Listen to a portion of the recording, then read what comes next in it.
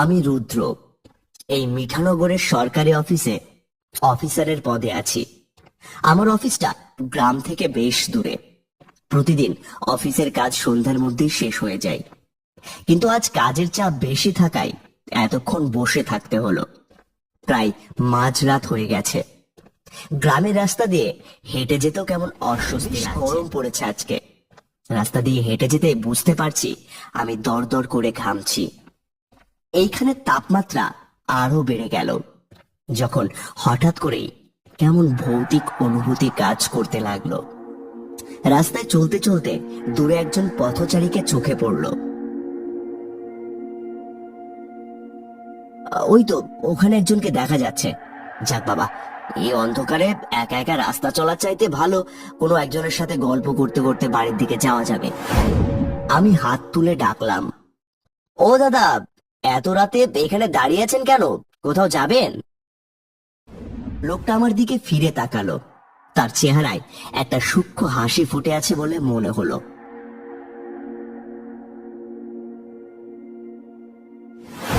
আমি কাছাকাছি গিয়ে দাঁড়াতেই তিনি বললেন,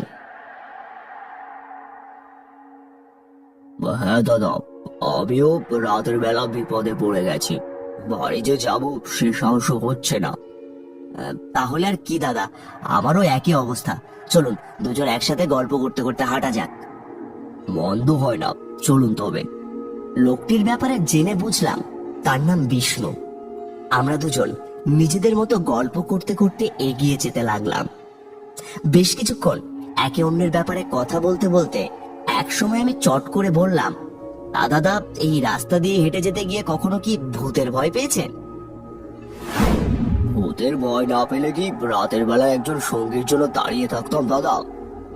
তা বটে, তবে ভূত দেখার সৌভাগ্য কি হয়েছে জীবনে? সৌভাগ্য হয়েছিল, আবার খুব ভালোই সৌভাগ্য অর্জন করেছি ভূত দেখার। তাই নাকি? তাহলে বলুন, রাতের বেলা একজন সঙ্গীর সাথে রাস্তা দিয়ে হেঁটে যেতে যেতে ভূতের গল্প বেশ জমবে। এটা গল্পের মতো শোনাবি ঠিকই, কিন্তু ঘটনাটা একদম দিনের আলো আর রাতের অন্ধকারের মতো সত্য। বাহ, বলুন তবে। একদিন রাতে আমি এই পথ দিয়ে বাড়ি ফিরছিলাম। সেদিন আপনার মতোই এইভাবে কাজ থেকে দেরিতে বেরিয়েছিলাম। একদম আপনার মতোই আমারও মেজাজ খিটখিটে হয়েছিল। তবে দুর্ভাগ্যবশত সে রাতে আমার সাথে হাঁটার মতো কোনো সঙ্গী খুঁজে পাইনি আমি। তখন ছিল বর্ষাকাল। বৃষ্টি হয়ে রাস্তাঘাটে কাদামাটি জমে গেছিল।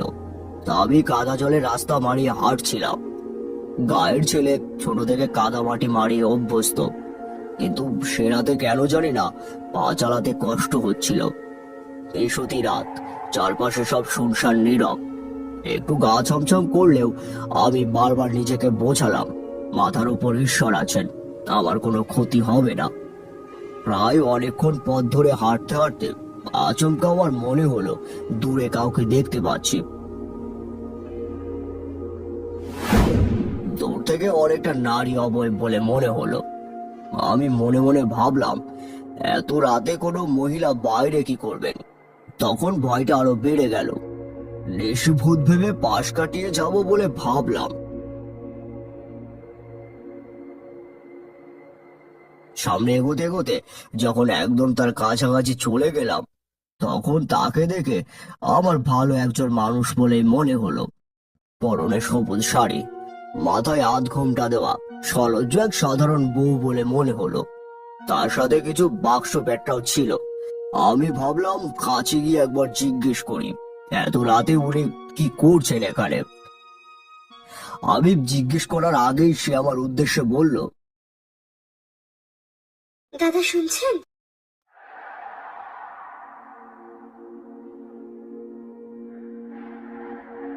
আমি দাঁড়ালাম, বললাম, আমায় ডাকছেন? হ্যাঁ, কিছু মনে না করলে আমায় একটু সাহায্য করতে পারবেন দাদা? জি নিশ্চয়ই, বলুন কি করতে হবে। আসলে আমি আমার বাপের বাড়ি থেকে ফিরছি আজ। ট্রেন দেরি করায় এখন বেশি দেরি হয়ে গেছে। এত রাত হবে তা অবশ্য আমি নিজেও বুঝতে পারিনি। স্টেশনে আমার স্বামীকেও দেখতে পেলাম না। আপনি যদি একটু... জি জি নিশ্চয়ই।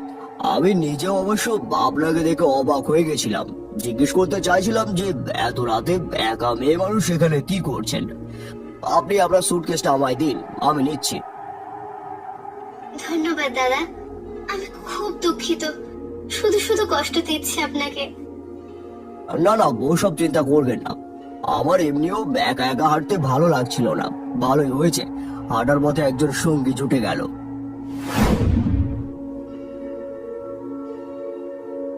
আমরা দুজন নিঃশব্দে হাঁটতে শুরু করলাম।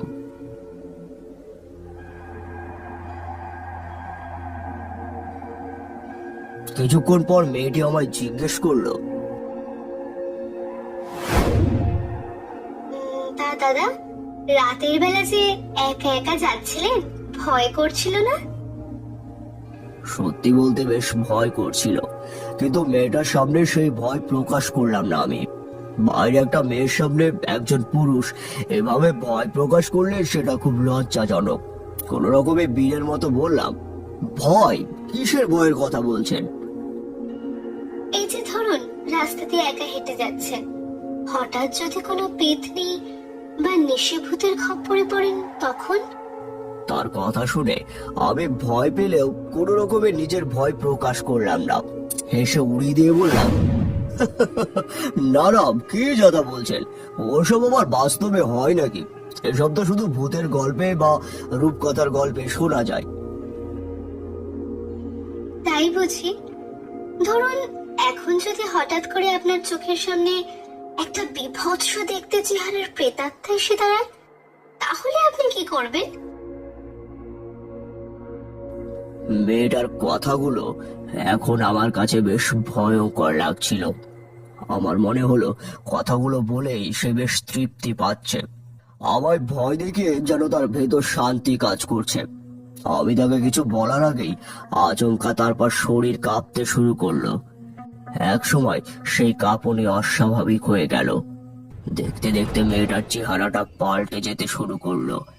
তার চোখ দুটো প্রথমে লাল টকটকে হয়ে গেল, এরপর ধীরে ধীরে সুসজ্জিত দাঁতের পাটি পরিবর্তন হয়ে কালচে এবং ধারালো। সবশেষে তার চেহারা হাড় পুরো শরীরে পোড়া চামড়ার মতো দগদগে ঘা দেখা দিল। সুন্দর পরীর মতো দেখতে মেয়েটাকে এক নিমেষে একটা বীভৎস অতৃপ্ত আত্মার মতো দেখালো। আমি ভয়ে ভয়ে কাঁপতে কাঁপতে বললাম, কে তুমি? কে? আমি তোর পথ চলার সঙ্গে, চল তোকে এই মাঝ রাত্রিতে রাস্তা পার করিয়ে দি। আজ রাতে তোকে এই পৃথিবীর রাস্তা ছেড়ে পরপারের রাস্তায় পার করিয়ে দিব। না না, আমায় মেরো না, আমি তো তোমার কোনো ক্ষতি করিনি। তবে কেন মারবে আমায়? তুই আমার কোনো ক্ষতি করিসনি। তোর মতো একজন জানোয়ার আমার এত বড় সর্বনাশ করেছে, তোদের কাউকেই আমি ছাড়বো না। এখন মেয়েটি তার জীবনের গল্প শোনাতে লাগলো।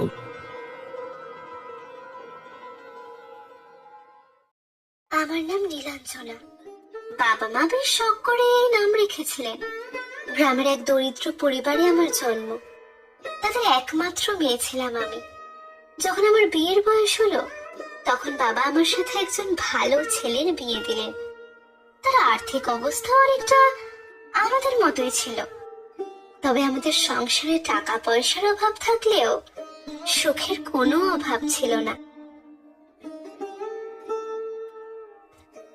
এভাবে প্রায় 6 মাস হলো আমাদের সুখের সংসার।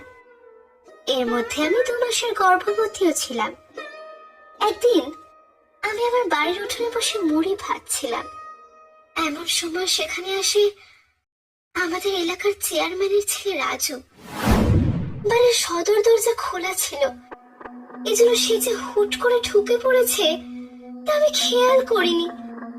রাজু ভেতরে ঢুকে আমায় দেখে বলল, আরে নীলা, অনেকদিন পর দেখলাম, শুনলাম তোমার বিয়ে হয়ে গেছে। এ কি, আপনি এখানে? আর কারো বাড়িতে ঢুকতে গেলে যে কড়া নেড়ে ঢুকতে হয় এই শিক্ষা বুঝে পাননি? সব শিক্ষা যদি পেতামই তাহলে কি আর তোমায় ভালোবাসতাম? রাজু ছিল আমাদের এলাকার চেয়ারম্যানের বকে যাওয়া ছেলে। সে আমার কিশোরী বয়স থেকে আমার পেছনে লেগে থাকতো। সবসময় রাস্তাঘাটে চলতে ফিরতে সে আমায় বিরক্ত করত। এখন বিয়ের পরেও এসেছিল আমায় বিরক্ত করার জন্য। আমি রেগে গিয়ে বললাম, দেখুন, আপনি একজন বিবাহিত নারীকে এভাবে পূর্বের কথা বলতে পারেন না। আর আমি কখনোই আপনাকে ভালোবাসিনি। আমার বাবা আমার যেখানে বিয়ে দিয়েছেন এটা আমার জন্য স্বর্গের চাইতেও কম কিছু না। এমন সময় আমার স্বামী গোবিন্দ বাড়িতে ঢোকেন। ওনাকে আমি রাজুর ব্যাপারে সব জানিয়েছিলাম। তাই তিনি রাজুকে আমাদের বাড়িতে দেখে আমি জিজ্ঞেস করলেন, নীলা, ও এখানে কেন? দেখুন না, আমি এখানে উঠোনে বসে মুড়ি ভাজছিলাম। হঠাৎ করে সদর দরজা খুলে সে বাড়ির ভেতরে ঢুকে পড়েছে। কি ব্যাপার? এটা আপনার কেমন ভদ্রতা? আপনি একজন ভদ্রলোকের ছেলে হয়ে এতটুকু জানেন না একজন মেয়ে বাড়িতে একা থাকলে এভাবে হুট করে ঢুকে পড়তে নেই? এই গোবিন্দ, আমার এলাকায় থেকে আমায় শাসাচ্ছিস তুই? আমায় ভদ্রতা শেখাবি? ভুলে যাস না তোর বউকে আমি ভালোবাসি, আর ওর বিয়ে হলেও ওকে আমি এখান থেকে ঠিক উঠিয়ে নিয়ে যাব। বেশি বাড়িস না। এই বলে রাজু সেখান থেকে চলে যায়। আমি ভয় কাঁদতে শুরু করলাম। গোবিন্দ আমার মাথায় হাত রেখে বলল, তুমি ভয় পেও না নীলা, আমি আছি তো। আমি থাকতে তোমায় কেউ আমার কাছ থেকে নিয়ে যেতে পারবে না। এই ঘটনার কিছুদিন পর গোবিন্দ ঠিক করলো আমাকে বাপের বাড়ি রেখে আসবে। গর্ভাবস্থায় একটা মেয়ের জন্য বাপের বাড়ির চাইতে নিরাপদ আর কোনো জায়গা হতে পারে না। আমরা সন্ধ্যার সময় রওনা হই। আশেপাশে কোনো গাড়ি ঘোড়া না পাওয়ায় আমাকে কষ্ট করে হেঁটেই যেতে হচ্ছিল। গোবিন্দর হাতে ছিল আমার সমস্ত বাক্স পেটরা। চলতে চলতে একসময় আমরা দুজনেই ক্লান্ত হয়ে গেলাম। একটা গাছের নিচে যখন থামলাম তখন প্রায় রাত হয়ে গেছিল। হঠাৎ জলের তৃষ্ণা পাওয়ায় আমি গোবিন্দকে সেটা জানালাম। গোবিন্দ আমার একটা গাছের নিচে বাক্স পেটরা সহ বসে সামনে একটি দোকানে গেল জল কেনার জন্য। দোকানটি আমাদের জায়গা থেকে বেশ দূরেই ছিল। সে চলে যাওয়ার পরে কতক্ষণ অপেক্ষা করেছিলাম আমার তা হিসেব নেই। হঠাৎ আমার মনে হলো কতগুলো পুরুষ মানুষের কণ্ঠ ভেসে আসছে।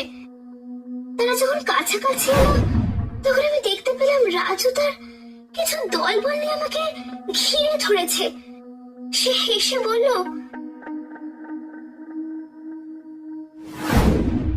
কিরে নিলাম, সেদিন তো স্বামীকে দিয়ে বেশ অপমান করিয়ে আমায় বাড়ি থেকে বের করে দিলি। আজ কি তোর সেই স্বামী তোকে বাড়ি থেকে বের করে দিল নাকি? তিনি আমায় কেন বাড়ি থেকে বার করবেন? আমি আমার বাপের বাড়ি যাচ্ছি। বাপের বাড়ি জি আর কি কাজ? রাতের অন্ধকারে মেয়ে মানুষের এভাবে থাকা ঠিক না। চল আমার সাথে আমার বাড়ি চল। সে আমার হাত ধরে টানাটানি করতে লাগলো। ছাড়ো আমাকে, আমাকে ছাড়ো। বাধা দেওয়ার এক সময় সে হঠাৎ করে একটা ছুরি নিয়ে আমার পেটে ঢুকিয়ে দিল।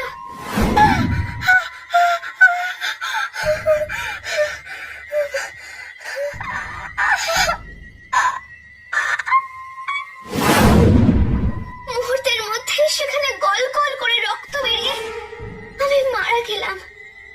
আমার পেটের 2 মাসের সন্তান সহ একটি গোটা জীবনে আমি অতৃপ্ত থেকে গেলাম। রাজু ভয় পেয়ে তার দলবল নিয়ে সেখান থেকে পালিয়ে গেল। কিছুক্ষণ পর গোবিন্দ এসে আমায় ওভাবে পড়ে থাকতে দেখে পাগলের মতো কান্নাকাটি শুরু করে দিল।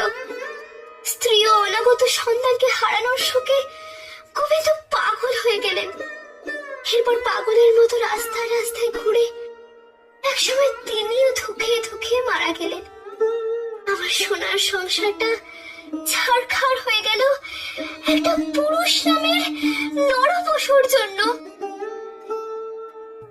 আমি মানছি তোমার সাথে অনেক অন্যায় হয়েছে, কিন্তু আমি তো তোমার কোনো ক্ষতি করিনি। তুমি আমায় মেরো না দয়া করে। আমি এরপর থেকে আর কাউকে কখনো ক্ষমা করিনি, তোকেও করব না। এখন মৃত্যুর জন্য প্রস্তুত হয়ে যা। বিষ্ণুর মুখ থেকে পুরো ঘটনা শুনে আমার গা কেঁপে উঠল। কি সাংঘাতিক ব্যাপার! এরপর কি হলো? আপনি বেঁচে ফিরলেন কি করে?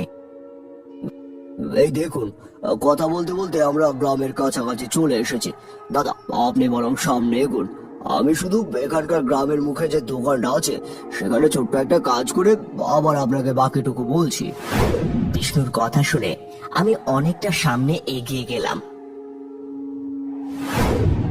প্রায় মিনিট 5 সামনে হাঁটার পর হঠাৎ পিছনে তাকিয়ে দেখি পেছনে কেউ নেই। দূরে যে দোকানটা দেখা যাচ্ছে সেখানেও শুধুমাত্র দোকানদার ছাড়া আর কাউকে দেখা যাচ্ছে না। আমি 1 পা 2 পা করে দোকানের সামনে গিয়ে দোকানদারকে উদ্দেশ্য করে বললাম, দাদা, এখানে যে দাদা এসেছিলেন তিনি কোথায় গিয়েছিলেন একটু বলতে পারবেন?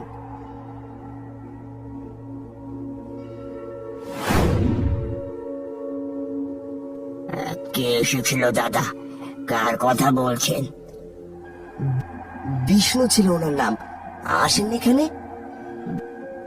বিষ্ণু? না তো, আমি তো আপনার সাথে গ্রামে কাউকে ঢুকতে দেখিনি। আমি তো দেখলাম আপনি গ্রামের রাস্তা দিয়ে ঢুকে দিব্যি হেঁটে এগিয়ে যাচ্ছেন। এখানে তো আর কোনো দাদা আসেনি। আর তাছাড়া দাদা, আমি নিজেও তো এখন দোকান বন্ধ করে বাড়ি ফিরছি। আজ আমার নিজেরই রাত হয়ে গেছে অনেক। কথাটা শুনে ভয়ের একটা অজানা আতঙ্ক আমার শিরদাঁড়া দিয়ে পেয়ে গেল।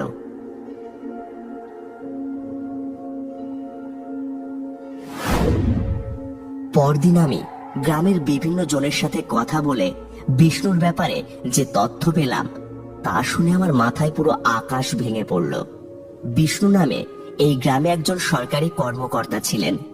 তিনি আজ থেকে প্রায় 10 বছর আগে রাতের বেলা বাড়ি ফিরতে গিয়ে রাস্তায় কোনো এক অতিপ্রাকৃত জিনিসের কবলে পড়ে তার প্রাণ হারান। গ্রামের লোকজন রহস্যজনকভাবে তার দেহ উদ্ধার করেন, কিন্তু তার মৃত্যুর পেছনে যে কার হাত তা আজও কেউ খুঁজে বের করতে পারেনি।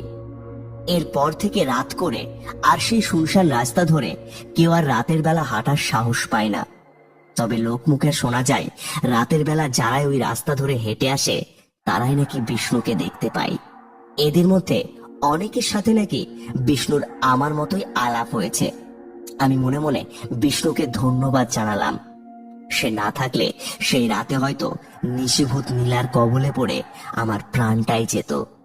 মরার পরেও সে কত যত্ন করে গ্রামের রহস্যময় পথচারী হয়ে গ্রামের লোকেদের বাঁচাচ্ছে। সত্যি তার প্রতি আমরা কৃতজ্ঞ।